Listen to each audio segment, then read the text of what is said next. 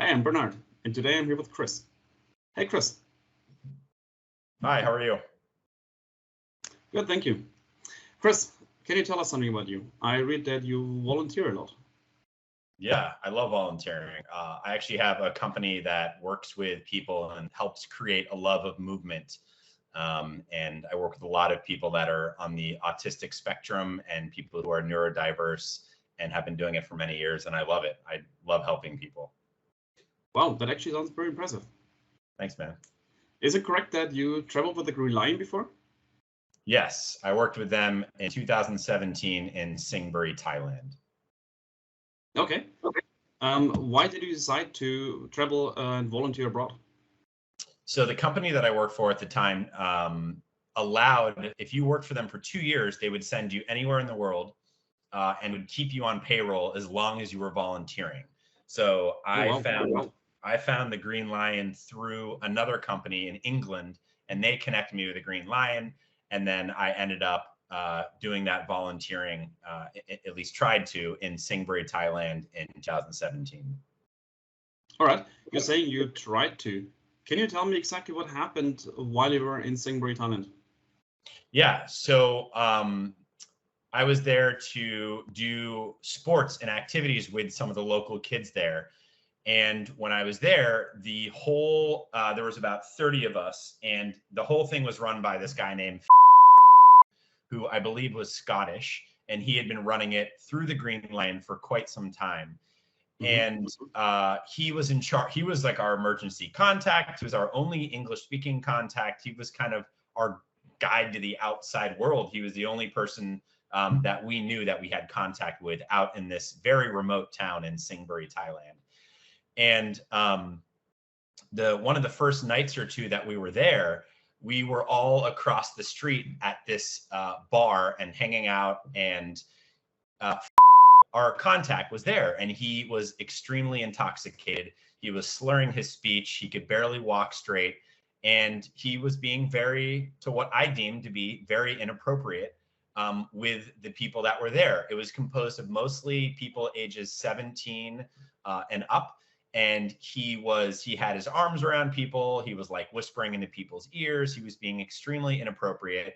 And I, at one point, was standing by the bar, and he came over to me, and he reached down and he grabbed my testicles with his hand and started shaking them and asked me if I was having a good time. And I hit his hand away, and I was shocked. And he walked away and went to the bathroom. And when he came back, he again asked me how I was doing. And I said, "You just grabbed my testicles. That's super inappropriate." And he's like, "Oh, it's not a big deal." And he walked away and went back over and was hanging out with a young lady in the corner. Now, the family down the road. And I was feeling very uncomfortable and a little unsafe, as our only contact in the jungle was this guy who was so drunk that he wouldn't be able to help anybody. And I went over to him and I said, "I think it's time for you to go home. You're drunk. You just groped me and you're acting inappropriately. We're going to put you in a cab and you're going to go home." And we did. We put him in a car and he went home. And I then proceeded to write up the entire incident in detail. And I sent it to my boss in the United States. I sent it to the company that sent me, and I sent it to the Green Lion to make sure that everyone had just seen it. This is exactly what happened, what I saw, and what happened to me. And then I sent that to everybody that night. Okay. So after you had sent out, what happened next? So this was on April 5th, 2017, the night that this happened. That night, I ended up calling the police in Thailand because we were still at that little area in Singapore where we were all staying, and I was feeling really unsafe. I didn't know if was going to come back and try to do something to me. You know, I had never been in Thailand. It's not my turf. I don't know the rules, and I was scared. So two police officers did come out, and they hung out with us for an hour or two to make sure nothing happened, and then they left. I ended up catching the first bus out of there in the morning and went to Bangkok, and from the Green Lion contacted me and said, we'd like you to come back and have a conversation with us back in Singbury to tell us what happened. And I let him know that I did not feel comfortable or safe going back there. And I gave them a full written account the night before of everything that had happened to me. And so I didn't end up going back. I was feeling really, obviously, traumatized by the whole experience, that company would put people in a position that was that unsafe. And I headed back to the United States. A couple of days later, I reached out to the company that sent me there, right? This was an affiliate of the Green Lion, and I asked them for reimbursement because they put me in touch with the Green Lion, who was acting in a very unsafe and disrespectful, disgusting manner. And the Green Line contacted me and basically told me that that because I did not come back and talk to them, they did not believe anything that I said, and there was nothing they could do about it. Now, they did let me know a few days later that they had put on like a temporary leave for a week or two, but that was the last that I heard from them. Okay. When they asked you to come back to talk to them, back to Singbury, was it just about talking to them, or did they ask you to come talk to the police? I can't remember, but I think they might have wanted the police to be there too, but I'm not completely sure. Okay. Why did you leave the country in that moment? You were in Bangkok. There was a surrounding that one might argue is relatively safe for you, far away from the Green Line in Singbury. Why did you leave the country? I think that I was mostly like pretty traumatized by the event. I just didn't feel safe or comfortable being away at that point. I was a little freaked out. I've never had an experience where I've been sexually assaulted before. And I think being that far away from home, and just being in a whole new country where the rules and the laws are different than my own, I think I was freaked out and I wanted to get out of there as soon as I could. And I didn't want to be there anymore. Okay. So after you left the country, you said you contacted the Green Line again, or your travel agency again, you asked for a refund and you never got that refund. Is that correct? Yeah, I sent a receipt. I sent a letter to the company that sent me there, who sent me to the Green Line. Again, that's an affiliate company. And I told them everything that happened. And I said, can you please reimburse me since you sent me to Green Line in this unsafe environment? And they said that they wouldn't do that. So that's the last I heard from them. Okay.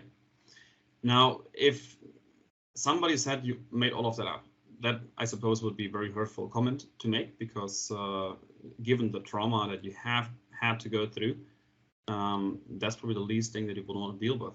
But if somebody was to say that, how would you respond to that? Well, they did say that. The Green Line said I made it up. The company I tried to reach out to get reimbursements said I made it up. The next day when they conducted their interview with everyone there, I think some of the people there said that I had over exaggerated or something like that. So it was very hurtful. It feels very hurtful when an experience that happens to you that's extremely traumatic is completely invalidated because they don't want to fess up to it. And so, thankfully I had my company here and my family and my friends who of course believe me. I would never lie about something like this. I have absolutely nothing to gain. It's very hurtful. And as we're seeing now with the whole Me Too movement, all those women who are discredited for all the horrible things that happened to them, it's awful. And so my heart goes out to anyone who has been the victim of sexual assault, who's been in a situation and no one believes them. It sucks. It feels like total crap. Very, very sorry to hear that. But to be honest, it's kind of not a surprise. It's was foreseeable that it would not feel good. Very, very sorry that they had to go through all of this. Thanks, man. Looking back, do you think you were the only victim at the Green Line? No, there's no way. I think I've learned about, having friends who have been sexually assaulted or that it's the person who is the sexual assaulter, this guy, it's never the first time and it won't be the last time. So I recognize, and as I started to talk to other people who had worked, who had been in care, much like myself, I learned more and more that they had also been put into compromising, uncomfortable situations. So I am 100% sure that I was not the first person. I hope that I was the last person, but unfortunately, it sounds like not much action was taken. So I don't know where he is now or what he's doing, but yeah, my heart goes out to all those people who have continued to be affected by him and his disgusting, immoral and unprofessional practices. Half a year after you, no, a bit more than that, another person came forward and said he had been in contact with you on social media. And he also told about having made very similar experiences while being in Singbury. Yep. How did you come across him? So I felt like a couple of weeks after the incident, I really felt like I had to do something more about it. Obviously, I had written up the entire event and sent it to the company that sent me, the Green Lion, the local police, and my United States-based office that I was working at. So everyone knew of the complete written account that was all there, plus the police coming, plus going on leave for a week or two, going on leave. But I felt like I had to do more because I didn't want kids to continually be sent into his care in this jungle after what just happened to me. I watched how he treated me and how he was treating those young women that were there, some of them underage, 16, 17 years old, and I didn't want it to keep happening. So the only thing that I could think about is if I went on Instagram and I found every single person who had ever liked or followed the Green Lion on Instagram, and I one by one sent each of them a message and said, hey, did you end up going to Singbury, Thailand? And did you work with and several people got back to me. And one was a guy in Seattle who had literally had the exact same incident. Had grabbed his testicles. He had told him that it made him uncomfortable. And I asked him if he would help me and come forward, and he didn't want to deal with it. So he didn't do anything unless you were able to get in touch with him. But after I reached out to him and saw that the same thing happened to him, I knew definitively that this had been going on for a very long time. Okay.